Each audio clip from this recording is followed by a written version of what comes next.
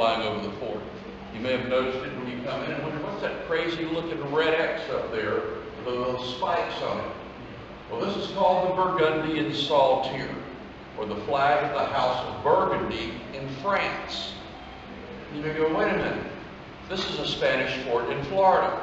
Why would the flag of the House of Burgundy in France be flying over a Spanish fort in Florida? Well, that's a very good question. I'm glad you asked. It goes back to the late 1400s when a man named Maximilian von Habsburg, who was the Archduke of Austria, married Mary, the Duchess of Burgundy in France. And she will go down in history known as Mary the Rich, which may have been why Max married her in the first place. But they had a son, and his name was Philip. And the Venetian ambassador to the Duchy of Burgundy would write back to the Doge of Venice, the Doge is the Duke of Venice, that Philip was above the middle stature, of fair proportions, and handsome and of the most pleasing appearance, and most gracious in both manner and language.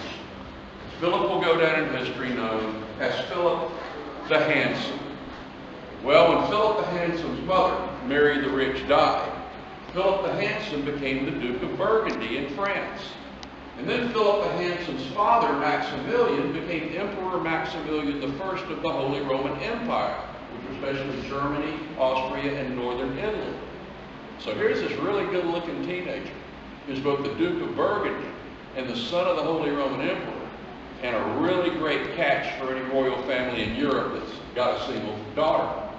Well, it just so happens that Ferdinand and Isabel, the king and queen in Spain, same ones that sent Columbus to the New World, they've got a single daughter. And her name is Joanna. And she will go down in history known as Joanna the Mad. Well, Philip the Handsome married Joanna the Mad. And it didn't turn out real well in the end for Philip. But when Joanna's mom, Queen Isabel, the Queen of Castile in Spain, died, Joanna the Mad became Queen of Castile in Spain. But she was so crazy that the nobles in Castile decided that they needed a more stable monarch, so they decided to make her husband, Philip the Handsome, who was the Duke of Burgundy in France, King of Castile in Spain. And when Philip the Handsome became King of Castile in Spain, he brought his mom's flag down from the Duchy in Burgundy. And that would become the Spanish battle flag for the next 2.5 centuries. And it flew over every Spanish fort in the New World, and flew over this fort from the time it was built in the late 1600s up until when the fort was turned over to the British at the end of the French and Indian War in 1763. But, like I said, it didn't turn out real well for Philip the Handsome in the end. He would only be King of Castile in Spain for 2.5 months before he died of typhoid fever or poison. They're really not even sure today which one it was. The prevailing view at the time of his death was that his father-in-law, Ferdinand, the King of Aragon in Spain, bumped him off. See, when Ferdinand, who was the King of Aragon, married Isabel, the Queen of Castile in Spain, they had a prenup. They had prenups back then. But according to the terms of the prenup, upon the death of one or the other, the survivor did not inherit the other one's kingdom. It would be the oldest surviving child that would join the two kingdoms together to form the nucleus of what would become modern-day Spain. What they didn't take into consideration when they did the prenup was that their oldest surviving child was going to be nuttier than a fruitcake. So when Isabel died and Joanna the Mad became Queen of Castile, Ferdinand became the Britney Spears dad of his day. He became regent over his daughter's kingdom. And the nobles in Castile couldn't stand Ferdinand, and that's why they decided to make Philip the Handsome King of Castile. They wanted a more stable monarch. Well, 2.5 months later, Philip the Handsome's up in Burgos in northern Spain, has a really nice dinner at one of the local castles. A couple of hours later, his stomach's bothering him a little bit. And by morning, he's dead. And everybody's looking over at Ferdinand going, wonder if Ferd had anything to do with this. Well, it's one of history's mysteries. We'll never know the true story of what caused the death of Philip the Handsome. But when Philip the Handsome married Joanna the Mad, she was 16 years old, and he was 18. When he died, he was 28, and she was 26 and pregnant with their 6th child, which may have been why she was crazy in the first place. In fact, one modern view is that she suffered from schizophrenia that was compounded by postpartum depression. But they had 4 daughters and 2 sons. And very remarkable for that time period, all 6 of them lived to be adults and lived long lives. In fact, all 4 of their daughters married real well. Not necessarily happily, but they married good. Their oldest daughter, Eleanor, married the King of Portugal. But he was an old man, and after he died, she married the King of France. The second one, Isabella, married the King of Denmark, Sweden, and Norway. The third daughter, Mary, married the King of Hungary, and the baby daughter, Catherine, married the new King of Portugal.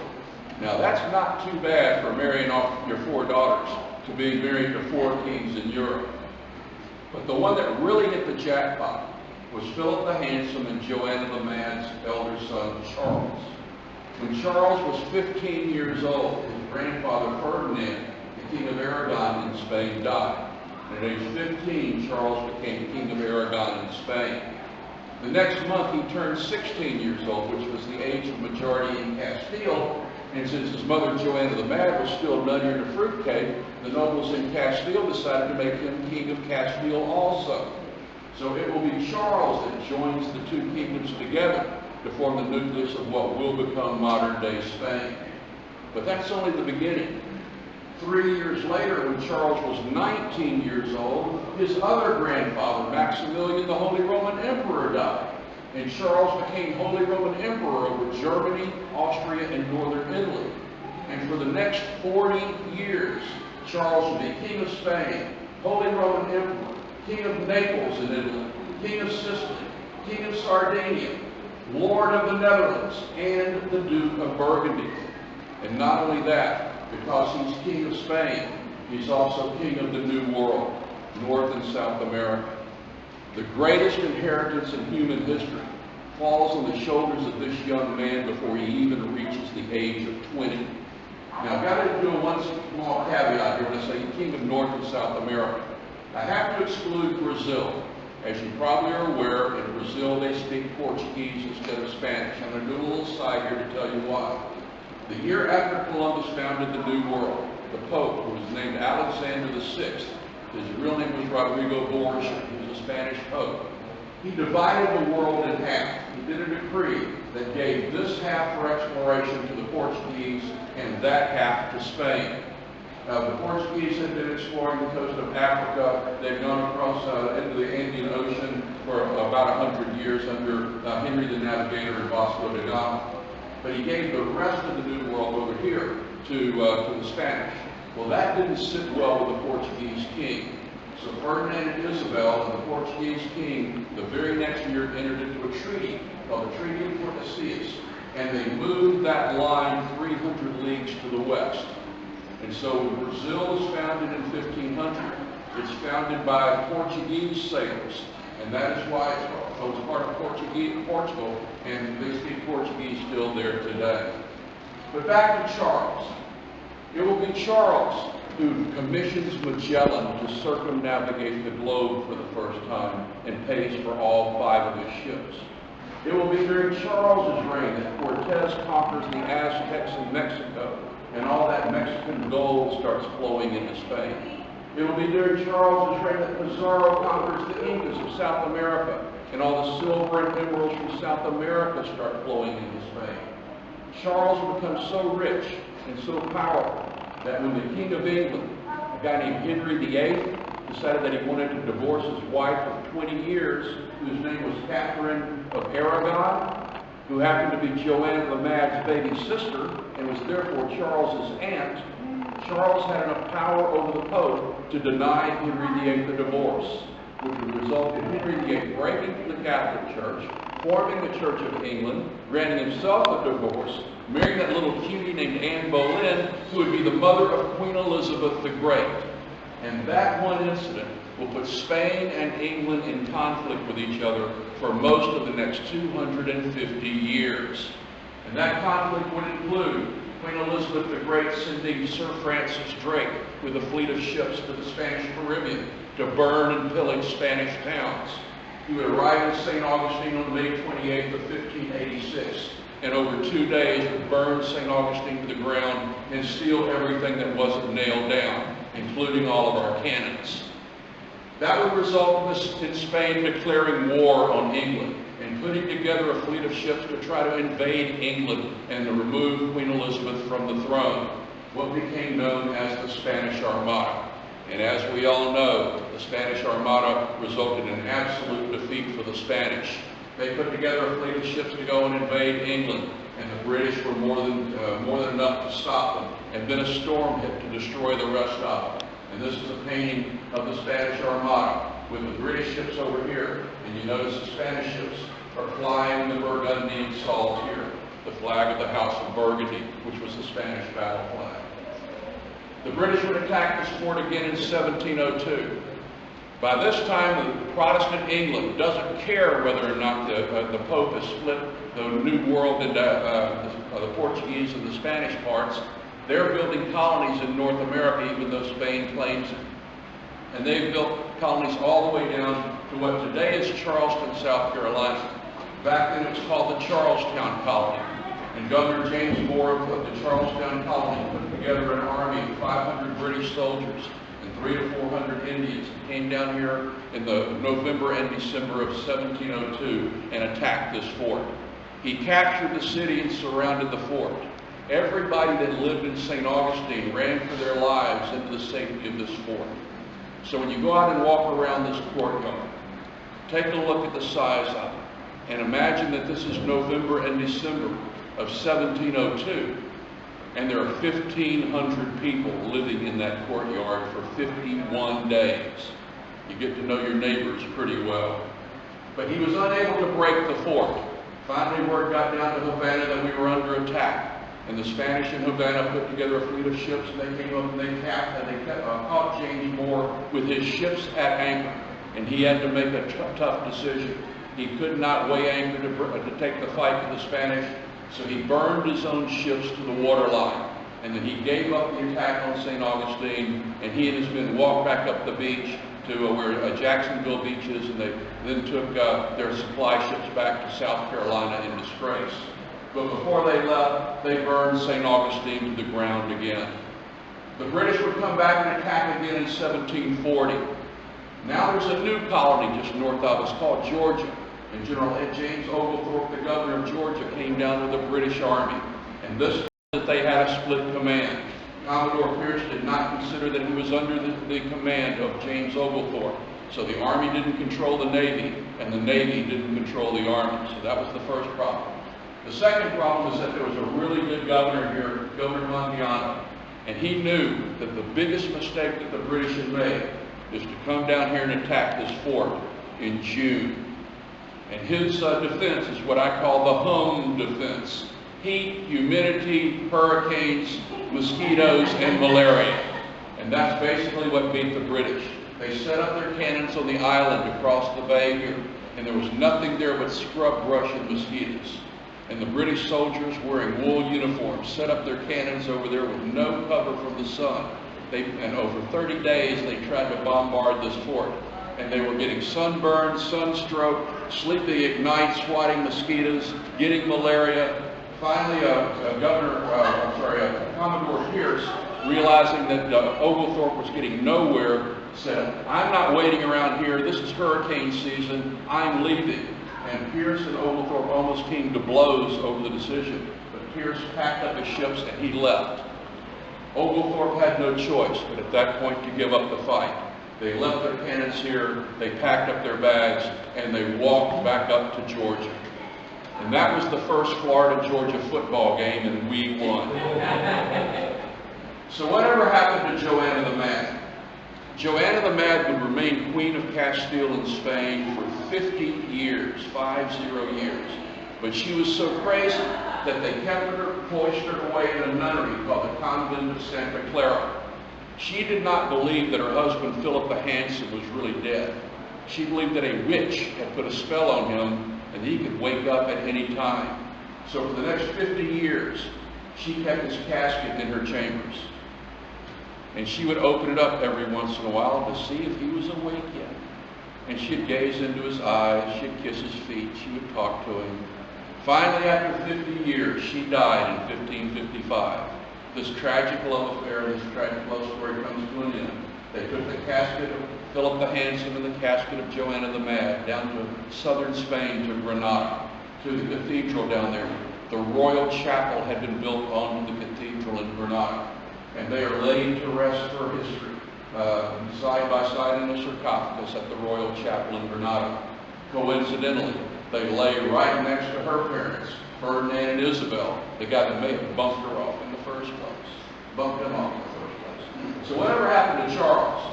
Well, Charles would marry one time during his life. He married his cousin, the Princess of Portugal. Her name was Isabel. The story goes that they fell in love at first sight. And they would have 7 pregnancies during their marriage, but only 3 live births, a son and 2 daughters. The rest resulted in either miscarriages or in stillbirths. And she would die in the 13th year of their marriage during a stillbirth. It took her life and the life of her child. And it broke his heart. And he would wear only black for the rest of his life. This is a portrait of Charles by the great master Titian from that time. But by the time his mother died, Charles had been traveling throughout all of his the countries that he controlled for 40 years. He was tired, he suffered from gout, he was in pain. It's said of Charles that he learned to speak all of his subjects' languages. It was said that Charles spoke French to his friends, Germans to his horses, Italian to his mistresses, and Spanish to God.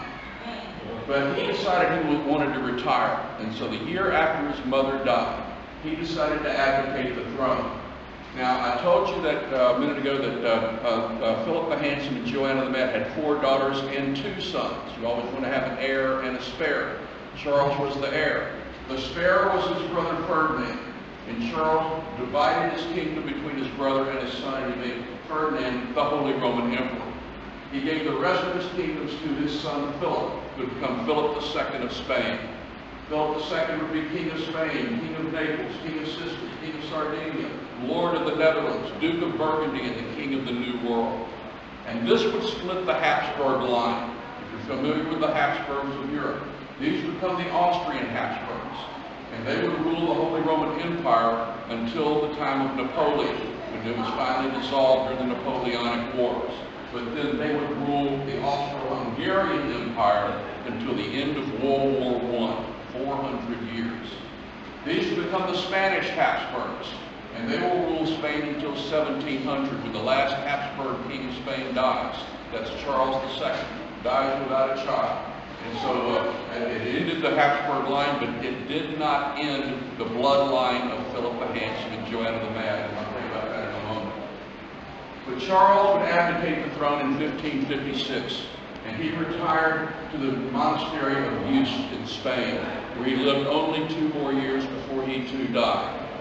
But at the time, after his death, I want to give you one final note.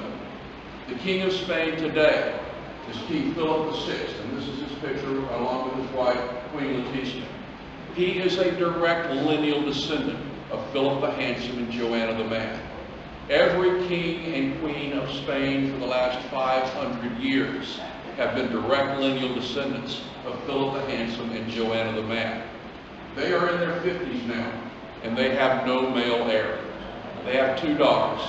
So the next monarch of Spain most likely will be his daughter Leonor, Princess of Asturias. She is the heiress presumptive of Spain. She turned 18 just 3 weeks ago on Halloween Day. And she will be only the 2nd queen of Spain in direct line of succession from Philip the Handsome and Joanna the Mad. The rest have all been kings. The other queen was Queen Isabel II during the middle of the 1800s.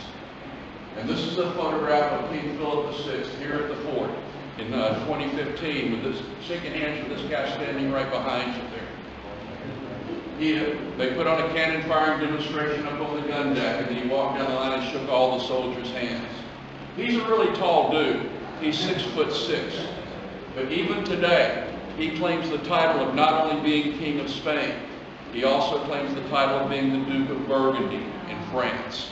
And it is because of that connection that we fly the Burgundian saltire, or the flag of the House of Burgundy, over the fort.